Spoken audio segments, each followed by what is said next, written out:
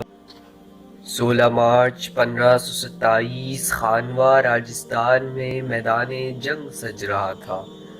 ایک طرف بابر اپنے فوج کے ساتھ تھا تو دوسری طرف میواڑ کا مہاراجا رانا سانگا اپنے فوج کے ساتھ موجود تھا۔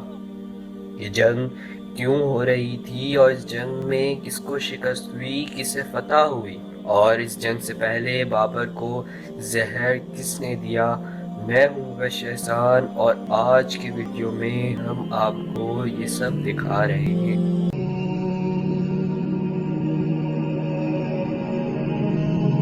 جنگ ختم ہونے کے بعد بابر دہلی پہنچا، جہاں اس کے نام کا خطبہ پڑھا گیا۔ دہلی اور آگرہ میں جو خزانے ہاتھ آئے اسے بابر نے اپنے سرداروں اور سپاہیوں کے درمیان تقسیم کر دیا۔ دوسری طرف ہمایوں آگرہ پر قبضے کے لیے پہنچا تو اس کے ہاتھ کوہ نور ہیرا لگا۔ یہ ہیرا جب بابر کی خدمت میں پیش کیا گیا تو بابر نے اسے ہمایوں کو واپس لوٹا دیا۔ بعد میں یہ ہیرا مغلیہ دربار سے ہوتا ہوا رنجیت سنگھ کو ملا اور وہاں سے انگریزوں کے ہاتھ آیا۔ آج یہ ہیرا ملکہ برطانیہ کے پاس موجود ہے۔ 1526 کے آخر میں خبر ملی کہ رانا سانگا بابر کے اقتدار پر قبضے کے لیے آگے بڑھ رہا ہے۔ یہ سننا تھا کہ بابر نے بھی جنگ کا اعلان کر دیا۔ جس دوران جنگ کی تیاریاں زور و شور سے جاری تھیں، اس دوران بابر موت کے منہ سے بال بال بچا۔ واقعہ کچھ یوں تھا کہ ابراہیم کے بعد بابر نے اس کی ماں کو پناہ میں لے لیا تھا۔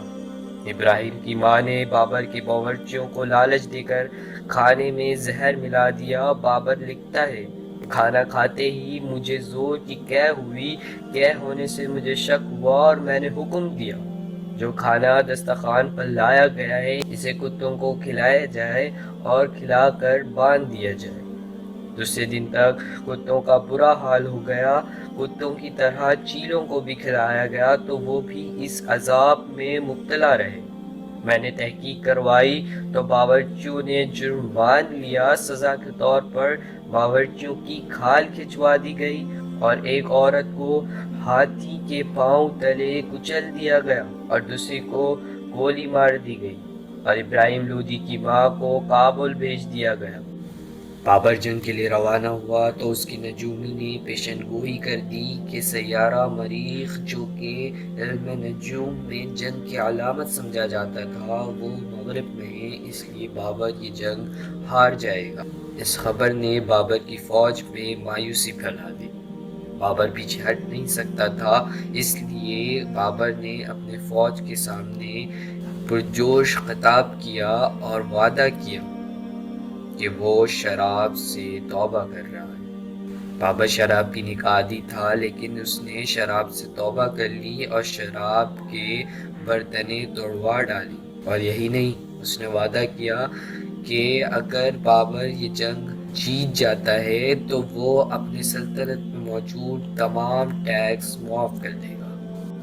16 مارچ 1527 کو خانوا راجستھان میں بابر اور رانا سانگا کے درمیان جنگ ہوئی۔ بابر نے پانی پت والی تدبیر دوبارہ اختیار کرتے ہوئے اپنی فوج کے دائیں اور بائیں خندقیں کھدوا دی اور سامنے کی طرف گاڑیاں کھڑی کر کے انہیں رسیوں سے باندھ دیا اور اس کے پیچھے توپیں نصب کروا دی۔ جنگ شروع ہوئی تو رانا سانگا کی فوج توپوں کے آگے زیادہ دیر ٹھہر نہ سکی اور بالآخر 10 گھنٹے کے فیصلہ کن جنگ کے بعد میدان بابر کے ہاتھ رہا اور رانا سانگا بھاگ نکلا۔ بعد میں اس کے ساتھیوں نے اسے زہر دے کر قتل کر دیا۔ بابر اس جنگ کے بعد سے بیمار رہنے لگا تھا، کچھ اس زہر کا اثر تھا اور کچھ ہندوستان کا گرم موسم۔ بالآخر 26 دسمبر 1530 میں بابر کی وفات ہو گئی۔ بابر کو آرام باغ میں دفن کیا گیا، لیکن بعد میں اسے وہاں سے نکال کر کابل کے مہتابی باغ میں دفن کر دیا گیا۔ بظاہر تو یوں لگتا ہے کہ بابر کی زندگی زیادہ تر جنگ کے میدان میں ہی مصروف رہی۔ لیکن آپ کو بتاتے چلیں کہ وہ ایک اچھا جرنیل ہونے کے ساتھ ساتھ اچھا ادیب بھی تھا۔ اسے باغات لگانے اور پودوں کے متعلق معلومات حاصل کرنے کا بھی شوق تھا۔ بابر کی تعمیر کردہ عمارتیں آج بھی مغلیہ سلطنت کی شان و شوکت کا منہ بولتا ثبوت ہے۔ لیکن کیا آپ جانتے ہیں کہ مغلیہ سلطنت ہمایوں کے دور میں ختم ہو گئی تھی؟ اور وہ داستان کیا تھی کہ جب ہمایوں کو دہلی کا تخت چھوڑنا پڑا اور صحرا کی تپتی ریت میں در بدر پھرنا پڑا؟ یہ داستان بھی آپ کو دکھائیں گے مغلیہ سلطنت کی اگلی قسط میں۔